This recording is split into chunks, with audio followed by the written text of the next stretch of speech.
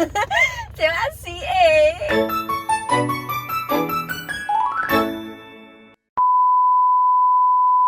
Hi guys! Welcome back to my YouTube channel! So, dahil tayo ay mabiyahe and it's our traffic series episode, mahal. So, it's been a long time since tayo ay nag-vlog. And alam kong namimiss nyo na rin to. Aside sa mga cooking series ko, ngayon lang tayo ulit nakapag-video, guys. And this time, finally, ma-enjoy ko na ang pag-vlog. Kasi this time, guys, hindi ko na hawak yung iPad. Hindi ko na hawak yung camera natin. May lagayan na tayo. So, guys, nilagay ko yung link down below. Kidding aside. Pero, for today's episode, dahil alam niyo naman, sa traffic series natin, alam niyo yan, guys, na ang mahilig magtanong ay... Diba si ang asawa? Nagkakaroon ng traffic series kasi taga-Caloocan kami, guys, eh. Yeah. Laging traffic. Hi, anyway, okay lang yan. And I think many of you naman will relate kasi we're living in the Philippines. Hindi lang, pero may mga ilang place naman talaga dito sa Pilipinas na okay, hindi pa traffic. Pero, ngayon guys, ayun nga, ako magtatanong sa asawa ko. And actually, hindi ko siya personally question sa asawa ko. Marami lang ako nababasa guys sa Facebook account ko. Sa Facebook page natin na questions. Lagi tinatanong to mahal sa akin. Sa Facebook page ko. And sa asawa ko itatanong. Sasagutin natin ngayon. Walang pasakali kayo na love vlog tayo mamaya, may mga tanong ako. Wala rin, guys, hindi niya rin to alam. Hindi niya rin alam yung tanong. Kaya, diba, sobrang traffic, nakakabusinahan po sila. Kalma lang kayo. So, guys, wala siyang alam. Hindi niya din alam yung tanong. Biglaan lang to, as in pinlay ko lang. So, gulat nga ako eh. Sabi ko sa kanya, mag-vlog tayo. Sige. Gulat ako eh. So, guys, mahal, ito. Punta na tayo sa Shoot tanong it. natin. Shoot it. Fire it. Fire! Maraming nagtatanong, love, na paano ba malalaman ang will ni Lord? Kasi ang dami ko nare-receive ng tanong. Paano ba malaman kung will ni Lord itong trabaho ko? Paano ba malaman kung will ni Lord na magpastor ako? Paano ba malaman na will ni Lord itong career ko, itong ginagawa ko ngayon, itong season ko?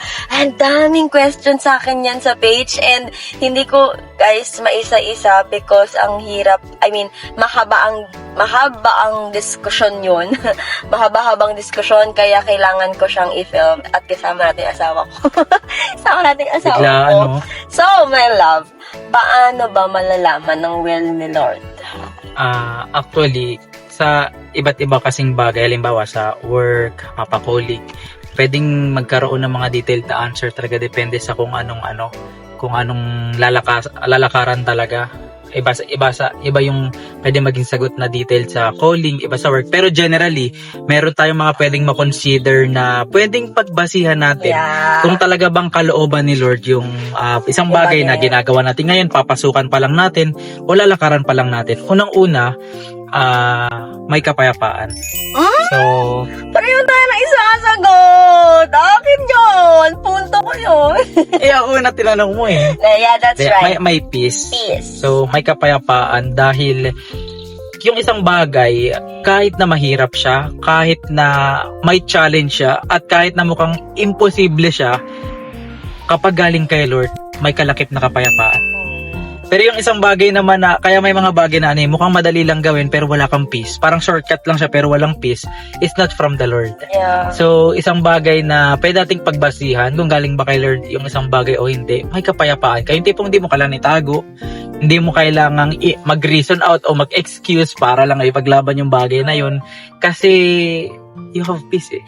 And you don't need to beg for that thing or to do that. Parang, you don't need effort for that thing. Kasi may peace kaya alam mo kay Lord yun na kahit na parang imposible nang mangyayari. Pero because of that peace, alam mo it will happen. So that's the will of God. Will siya ni Lord. Kasi not your ways eh. That's right. Hindi ways mo but God's way. Yeah. Tsaka isang bagay din na pwede nating pagbasihan. Ito yung pangalawa. Hindi siya magko-contradict sa word ni Lord. So, ibig sabihin, kapag kalooban niya ni Lord, talagang kung galing kay Lord yung isang bagay na yan, dapat hindi niya babanggain ang word ni Lord. Sa madaling salita, hindi ka makikipag-compromise. Kasi si Lord, hindi siya magpapalakad sa'yo sa isang lalakaran o magpapagawa ng isang bagay na babaliin niya kung ano yung sinabi niya sa written word niya. So, malaman mong yung isang bagay kay Lord talaga, kapag hindi niya babanggain yung word of God. Naalala ko merong mala Robin Hood. Kung okay lang daw ba na magsusugal pero itutulong mo naman, i-donate mo naman daw, hindi pa rin kasi it will be at the expense of another person na mawawalan. So, and yeah, it's compromising. Just to kahit na maganda yung guys, yung heart to do it or your motive, but sa bagay na yun. But if your way is not in line with the Lord. Yes, it's not aligned with God. Still, hindi siya pleasing sa mata ni Lord. Si Lord, may paki siya sa motive at may paki siya sa ways. Yeah. Hindi yan isang isang bagay lang na mamimili tayo. Ano kaya dito? So, nagmamatter kay Lord yung mga bagay na yan. So, yun yung pangalawang bagay. Hindi niya babanggain yung word ni Lord. Susunod siya sa word ni Lord. For example, lalo na marami nagtatanong when it comes sa relationship. Love. Yeah. So, kung kalooban ba ni Lord to, bago actually masagot yung iba pang mga pwedeng sagot doon, ito yung unang bagay muna na dapat malinaw. Kung kalooban niya ni Lord, hindi niya babanggain ang word of God. Halimbawa, unbeliever. Doon pa lang, hindi mo na itatanong, kalooban ba to ni Lord? Hindi na, kasi sinasabi ni Lord through His word na huwag ka makipamatok sa hindi mo kaparesang panampalataya. So, dun pa lang, positive, dadali ko naman sa church. Yun lang, kaso hindi ikaw si Lord na isang savior. Yeah, that's right. So, there, guys. Do not wait for someone to change. Wait for someone whom God has changed already. Kasi, ang hirap, pag way mo, it's hard. Ito lang yan, guys. Sa madaling salita, how to know the will of God kapag hindi na ways mo ang ginagamit mo, kundi talagang kusa na lang. I mean, there's way talaga. Parang, paano to nangyari? Paano to dumating? Paano to nagkaroon ng mga connections? Paano to? It's God's way. Saka si Lord, nangusap siya through His word. Yeah. Kahit saang pahina ka pa ng Bible mapunta, kaya kang kausapin ni Lord sa specific page na yon concerning your situation. That's right. Galing. Ganda. Siguro last na bagay na lang, I just realized, kapag nilalakaran mo yung kalooban ni Lord, may mga times yung kalooban ni Lord, people will not understand it. Yung kalooban ni Lord sa buhay mo. Kasi sobrang subjective ng bagay na ito. Maraming mga nagsasabi na pag kalooban niya ni Lord, susuportahan ka ng mga tao sa paligid mo. Paano si Lord minsan nagpapagawa ng mga bagay na even yung mga tao sa paligid mo, they won't understand. Yeah. Tanungin mo si Noah. Moises. Tanungin mo si Noah. Yeah. Tanungin mo sila Abraham. Yeah. Marami silang mga obedience kay Lord na hindi mauunawaan ng mga tao sa paligid nila. But they still have to do it. Kasi kilala nila yung tinig ni Lord. So, paano malaman naman kapag sa mga ganung pangyayari, kalooban pa ba ni Lord? Kasi parang it's you against the people around you Kailangan mong tindigan. Tutuloy mo pa ba? Parang hindi na. So malaman mong may pagsama ni Lord kapag yung kamay niya sinasamahan ka. Wow. So yung kahit mahirap yung mga sitwasyon. Malalaman mong kalooban ni Lord kapag kayong kamay niya sinasamahan ka. Pero ano bang ibig sabihin nun? Siyempre para sa mga bago pa lang nakikinig ng live ng live stream. Guys, miss nyo na rin ba yung live stream ng asawa ko? Ibig sabihin ng sinasamahan ka ng kamay ni Lord, wherever you go, there is provision. Wherever you go, there is protection. And wherever you go, there's favor. Yeah. Hindi mo kailan ipilit yung mga bagay-bagay. Everything just falls into its place. Mukha mang sa plano mo, hindi na nangyari. No. Mangyari pa rin yung plan ni Lord kasi lumalakad ka sa kalooban niya. So, yun. Yeah, ang galing. Una talaga guys, if you want to know the will of God, have the word of God. Kasi it's it's your ways to know kung yun ba yung pinapapuntahan ni Lord sa'yo. Right. Your Bible, His word is your ways para ma-hit mo yung kalooban niya sa buhay mo. Because without it, you don't know the way. You don't know kung yun ba yung bagay na yun ang talagang dapat ginagawa mo, dapat ginagalawan mo, dapat pinupuntahan mo, dapat pinupukosan mo. You don't know kung wala kang ways. So, you need your Bible. That's right. Kaya, yun yung isang bagay na dapat hindi mawala sa'yo. Kung gusto mo talagang malaman kalooban ni Lord, dapat alam mo yung word niya. Hindi mo naman kailangan matagal na matagal sa faith. Just really have the word of God and the Lord will lead you. And if you have that peace as you read the Bible, as you receive His instruction, His words, I believe God will give you the peace that surpasses all understanding. Kaya you don't need to worry anymore kasi ang will na Lord sa buhay natin doesn't bring confusion sa atin, but it brings clarity. So just trust the Lord because He will provide everything para ma-hit mo yung kalooban niya sa buhay mo.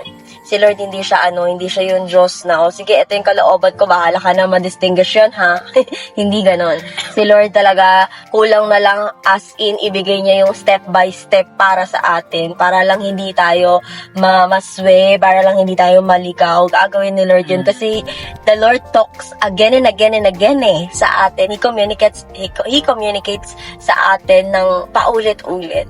So, imagine that kind of God that we have, ganun si Lord sa buhay natin. So, you don't need to worry for those things. Just trust the Lord kasi si Lord hindi ka niya ililigaw ng salita niya, hindi ka i-confuse ng mga mababasa mo. No. Kasi sabi din ng Bible, yung peace na ibibigay ni Lord sa'yo, hindi kayang ibigay ng mundo. So, yeah. And if you fail to hear the voice of God, you will never fail seeing the Word of God. So read your Bible. Ganda. So, yeah, that's it. For About 12 minutes. So, ito ang pinakamabilis naming vlog. Yeah.